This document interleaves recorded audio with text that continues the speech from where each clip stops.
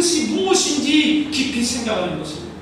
자기 인생의 생활 속에서 내 인생 속에 하나님의 뜻이 무엇인가를 늘 생각하며 살았다고 하는 거예요. 또 한 가지는 실천하는 것입니다. 하나님께서 말씀을 통해서 깨닫게 해주셨으면 그것을 삶 속에서 실천했다는 거예요. 이게 중요한 거예요. 어떤 사람들은 하나님께서 분명히 깨닫게 해주셨는데도 불구하고 실천하지 못하면서 살아가는 사람들이 많이 있지 않습니까? 그런데 이 존 와나메이커는 실천하면서 살아요. 그 다음에 Trust in God이라고 하는 말인데, 내가 아무리 애쓰고 노력해도 하나님이 도와주시지 않으면 소용이 없다는 거죠. 하나님의 도움을 철저히 의지하고 하나님의 도움을 철저히 바라고 하나님 붙들고 하나님 말씀에 순종해서 나갈 때 하나님께서 하늘로 복을 내려주실 것이라고 하는 그 확고한 믿음이 그에게 있었던 것입니다. 할렐루야. 바로 은혜 아래 있는 사람들의 실천하는 모습입니다. 여러분 은혜 받으셨습니까? 여러분 은혜 받으셨습니까? 그렇다면 은혜 아래 있으면서 실천하는 삶을 살아가실 수 있기를 주의 이름으로 축복합니다. 어렸을 우리 중고등부 학생들도 마찬가지예요. 어렸을 때부터 여러분들이 그런 실천을 하는 그런 신앙으로 훈련되어지면 얼마나 훌륭한 사람들이 되는지 몰라요. 어렸을 때부터 그런 훈련을 여러분들이 지금부터 훈련을 해야 돼요. 그런 것을 잘 교육하고 그런 훈련을 받고 그래야 커서도 내가 돈을 많이 벌었을 때에 엉뚱한 데 쓰지 않고 하늘나라를 위해서 쓸 수 있는 담대함과 용기와 믿음이 생기는 거예요. 그것이 훈련이 안 되면 커서도 절대 못해요.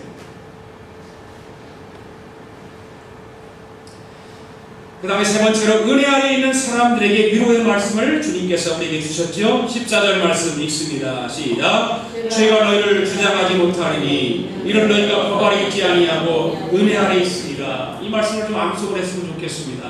다시 한번 읽습니다. 시작. 죄가 너희를 주장하지 못하리니 이런 너희가 법 아래 있지 아니하고 은혜 아래 있으리라. 죄가 은혜 아래 있는 우리를 주관하지 못한다고 했습니다. 우리가 12절과 13절의 말씀을 듣게 되면 마음속에 낙심이 생길 수가 있어요. 왜 난 그런지 모르겠어. 번번이 죄의 유혹에 빠져서 버리고 마라. 하나님께서 내 몸을 의의 무기로 쓰라고 말씀하셨는데 나는 왜 그렇지? 불의의 무기로 내 몸을 맡길 때가 많아. 나는 왜 그런지 몰라. 나는 구제불능이야 라고 낙심 섞인 말들을 중얼거리게 될 수도 있어요. 그래서 실망하고 낙심합니다. 그런데 오늘 14절에 사도 바울은 뭐라고 위로의 말씀을 우리에게 주고 있습니까? 낙심하지 말라는 것입니다. 때로는 넘어질 때도 있고 때로는 실수할 때도 있지만 죄가 우리를 주관하지 못한다는 사실을 깨닫고 용기를 내라는 것입니다. 할렐루야. 죄가 우리를 주관하지 못하는 거예요. 우리는 은혜 아래 거하는 자들이기 때문에 은혜 아래 거하는 사람들은 죄가 우리를 주관하지 못하는 거예요. 그러니까 담대하라는 거예요. 그러니까 용기를 가지라는 거예요. 그러니까 낙심하지 말라는 거예요. 넘어질 때가 있고 쓰러질 때가 있다 할지라도 낙심하지 말라는 것입니다. 우리는 더 이상 죄의 노예가 아니기 때문에 그렇습니다. 아멘. 과거에 우리가 예수 그리스도 밖에 있을 때는 죄의 종이 되어서 죄가 이끄는 대로 살아가는 삶을 살 수밖에 없었습니다. 그러나 예수님의 십자가에서 보혈을 흘리심으로 말미암아 모든 죄값을 다 지불해 주셨습니다. 죄의 사슬에서 우리를 방리시켜 주셨습니다. 해방시켜 줬어요. 우리는 더 이상 죄의 노예가 아닙니다. 믿습니까? 죄의 노예가 아니에요. 우리의 주인은 예수 그리스도 한 분밖에 없습니다. 오직 예수 그리스도 한 분밖에 없습니다. 제장 되신 예수 그리스도를 뒤따라가는 십자가 분명히 이제는 되었습니다. 다시는 죄가 우리를 주관치 못합니다. 아멘? 예. 그 이유를 사도 바울이 오늘 14절에서 이야기하고 있지 않습니까? 죄가 너희를 주관치 못하리니 이는 너희가 법 아래 있지 아니하고 어디 있다? 은혜 아래 있다. 은혜 아래 있기 때문에 죄가 우리를 주관하지 못하는 것입니다. 아무리 선하고 착한 일을 많이 해도 율법 아래 있는 사람은 죄를 지을 수밖에 없고 죄가 주관할 수밖에 없어요. 우리는 율법 아래 있는 사람들이 아니에요. 은혜 아래 있는 사람들입니다. 네. 이 세상 율법의 조항을 다 지킬 수 있는 사람이 누가 있겠어요? 아무도 없어요. 한 사람도 없어요. 그러나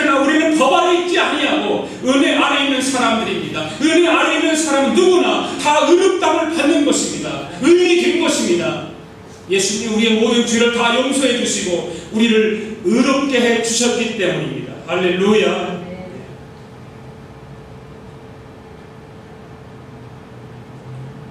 사탄이 경기가 아주 사탄들도 불경기가 있고 호경기가 있나 보죠?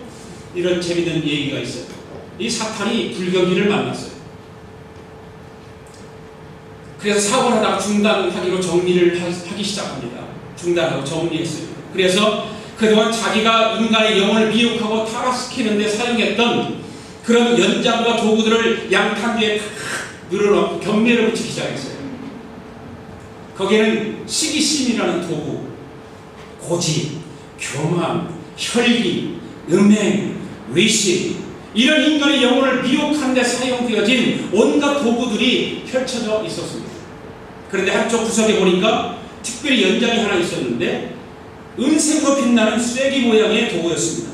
어떤 구경꾼들이 하도 이상하게 생겨 왜 저쪽은 한 모퉁이에 놓았을까 궁금을 해서 마귀에게 사탄에 가서 물어봤습니다. 저것은 무엇을 하는 도구입니까?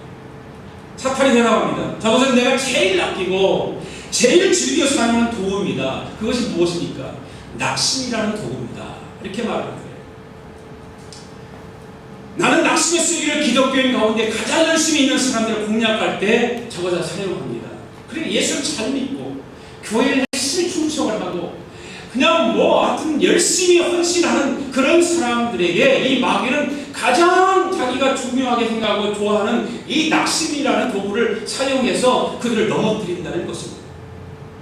교인들이 교회를 섬기다가 자기 기대에 미치지 못한다고 생각하면서 고민할 때 그 마음속에 실망이라는 이 쐐기를 깊이 박아버린다는 거예요. 이 낙심이라는 이것을 깊이 박아버린다는 거예요. 그러면 그 마음속에 틈이 조금씩 벌어지기 시작하면서 그래 깊이 속으로 들어가면 그 속에 들어가기 시작하면 온갖 부정적인 생각이 하게 되고 결국 그 사람은 그래서 무너지고 만다는 것입니다.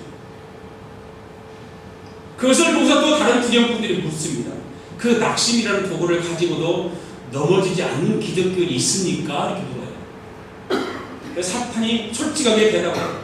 예, 극소수이긴 하지만 있었습니다. 그 사람은 어떤 사람이냐면 그 사람은 언제나 하나님의 은혜를 깊이 생각하면서 가슴속에 감사를 품고 사는 사람입니다. 하나님의 은혜를 깊이 묵상하고 가슴속에 감사를 깊이 생각하며 사는 사람은 내가 아무리 이 낙심이라고 하는 도구를 가지고 유혹을 해도 그는 절대 안 넘어갑니다. 그렇게 이야기를 하려는 거죠. 쐐기를 아무리 깊이 박아도 그들의 신앙은 오히려 더 깊어지면 깊어졌지 하나님의 은혜를 생각하면서 감사한 마음으로 살아가는 사람들은 아무리 해도 내 힘으로는 감당할 수가 없었습니다. 라고 말합니다. 물론 이야기는 꾸며낸 이야기겠죠. 이야기는 우리에게 그런데 귀중한 가르침을 주고 있어요. 여러분에게 물어봅니다. 사탄이 감당할 수 없는 능력이 있고 멋있는 성도가 누구라고 했습니까? 이야기에서 하나님의 은혜를 생각하고 늘 감사를 마음속에 깊이 묵상하면서 사는 사람. 바로 사탄이 감당할 수 없는 사람. 아무리 사탄이 훌륭한 멋있는 그런 그 유혹의 도구를 사용해도 그런 사람은 넘어지지 않는다는 것입니다.